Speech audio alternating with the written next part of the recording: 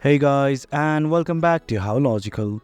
In this tutorial, we're gonna look at how to add a bio to your Amazon public profile. Now let's begin. Well, as you can see, this right here is my Amazon public profile, and I have added a profile picture to it.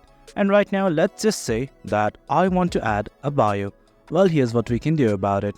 Right next to create review, you'll see something like edit your profile. Click on the button right there and you will be redirected to this page. I'll denote that you can change your public name from right here, and if I scroll down, you can add your public information as well, though it is optional. Right now, I just want to add my bio, so I'm gonna enter something right here. As you can see, I have written my bio, and once you're okay with it, simply scroll down and hit on save. And guys, that's it. Our public name and info has been saved. I'm gonna view you guys my Amazon public profile right now. And guys, this is it. As you can see, a bio has been added as well. And guys, that's the gist of it. Hope you guys found this video informative, and for more content like this, do remember to hit like, share and subscribe. Your support fuels us.